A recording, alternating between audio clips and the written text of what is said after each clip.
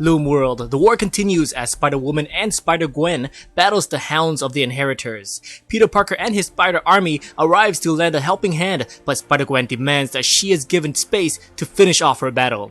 The army stands victorious, but unfortunately, the Inheritors now have Silk in their possession. Meanwhile, Morlun returns home and announces that their father is now dead. But Janix reveals that their father is not yet dead, but rather the essence of Lord Solus is in this red crystal. Even though Janix's cloning facility has been destroyed, their father is not yet lost. The Spider Weaver announces that the army has broken through and is now en route to the main chamber. Elsewhere, the Spider Army has breached the walls, but Verna and the twins are waiting. Parker calls on Miles Morales and his army, and thus the Web Warriors enters the fray.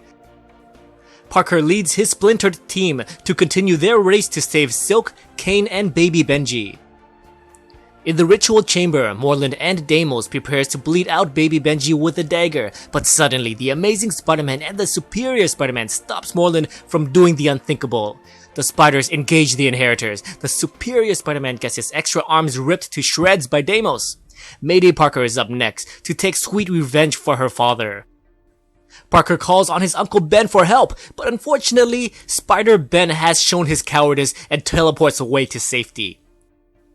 Outside, the battle rages on with the army taking a beating from Janix, the twins, and Verna. The Spider Army is losing ground, but suddenly, a doorway opens and in comes Karn. After all of these centuries, the prodigal son returns. The twins are overjoyed, believing that with the help of their lost brother, they will win this war. But then Karn states, "On your side, brother? For eons his family has spurned me, shunned me, brought me nothing but pain. I renounce my inheritance." The shadows behind the prodigal son enters the light, and an army of spider totems along with an inheritor are ready to enter the war. Karn states, "From this day forth, I shall fight on the side of righteousness." Back in the ritual chamber, Morlun fights through the spiders to Baby Benji, but then he gets a hoof to the head. We discover that Spider-Ham has switched places with Baby Benji, and the cowardice of Uncle Ben was actually a ruse. Baby Benji is now safe with Uncle Ben in another reality. Back outside, even with Karn's help, the Spider Army is losing. A flash of light brings forth Spider-Man 2099, the Lady Spider, and the Leopardon, which brings sweet tears to the Japanese Spider-Man seeing his 50-foot-tall robot sidekick again. Back in the ritual chamber, the Superior Spider-Man has had enough of this and comes up with his own plans to end the Inheritor's future. He goes for the Spider Weaver and slashes him in the throat. This act angers Morlun and Peter Parker.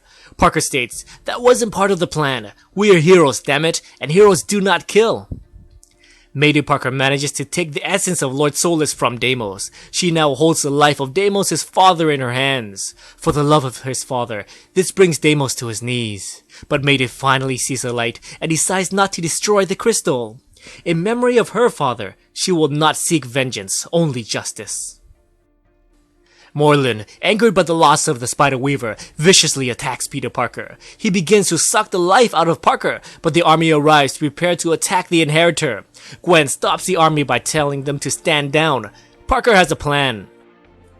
Parker, with his essence leaving him, manages to activate a portal, sucking him and Morlun through.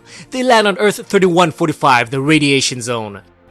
Parker has done it. He will sacrifice his life in the radiation-devastated world to trap Morlun.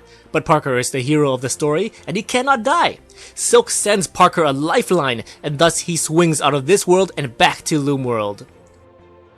Later, Karn has the honors of throwing his siblings into Earth 3145, the radiated world. The next to enter is Deimos, but he is confused as to why they would show him and his father mercy. Mayday Parker has nothing left to say to this inheritor and throws the soulless crystal into the radiation world for Deimos to go fetch. The heroes regroup, but Peter Parker, who had a lot of his life essence drained, finally found time to relax in the arms of Cindy Moon.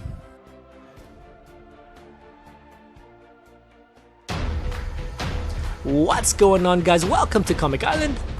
My name is Joey, and today we are reviewing and recapping the Amazing Spider-Man issue 14, the finale to the Spider-Verse. So the biggest question we have now is, was the end payoff worth the journey? So let's review this issue first, and then we can talk about the entire Spider-Verse. This issue was just awesome and very satisfying, but it's hard to find a great ending to such a great journey. Even though it didn't go the way I thought it would, I still adored this issue. Let's take a look at a few things that worked so well for me. This was the only issue that shows Deimos as being more than just a brute. We actually see that he has so much love for his father. He surrenders just because Mayday stole his father's essence away from him. And then he goes as far as running headfirst into the radiation zone just to retrieve the crystal that holds his father.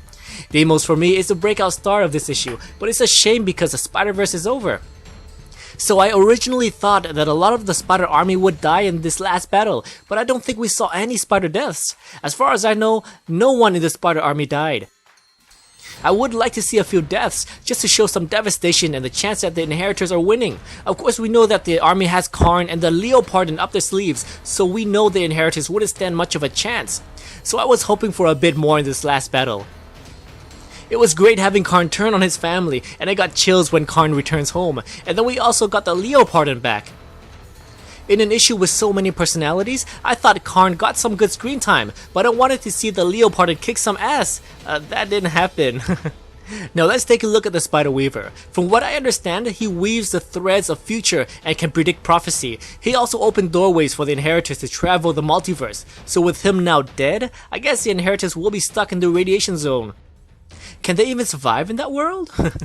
Obviously, they are not yet dead, and that being said, it opens up the possibilities for the Inheritors to return one day, and I assume Lord Solus would be brought back as well. So that was a bit disappointing. I wanted to see some Inheritor deaths. Even though Mayday did the right thing, I kinda wanted to see her kill Deimos. I know I'm evil. Oh, by the way, what happened to Kane? We saw him being stabbed through the head by Morlun. Is Kane dead? And now what will happen to the Superior Spider-Man? We know he lost his memories and be brought back to his time with only 9 hours gone. I'm gonna speculate that the Spider Army subdues Doc Ock and mind wipes him and throws him back to his own time. So this is my final thoughts on the Spider-Verse and this issue. The journey was better than the end. I enjoyed Spider-Verse so much during the middle. Don't get me wrong, the ending was great, but it didn't tie up any loose ends. But of course we will get epilogue issues for that. I love the Spider-Ham. He was the big humor relief of this event. I'm also glad that Spider UK didn't die, but at least give me some Spider deaths. It felt like the Inheritors didn't stand a chance, knowing what the Spider Army has in their battalion. Alrighty guys, so what do you think about the Spider-Verse as a whole? Please let me know in the comments below. Thank you so much for following my coverage of the Spider-Verse. If you missed any issues and want to backtrack, you can find the entire Spider-Verse reading order checklist on comicisland.org. The link will be in the description below. And as always, if you enjoyed this video, please like, subscribe, and I'll see you next time in the Amazing Spider-Man issue 15.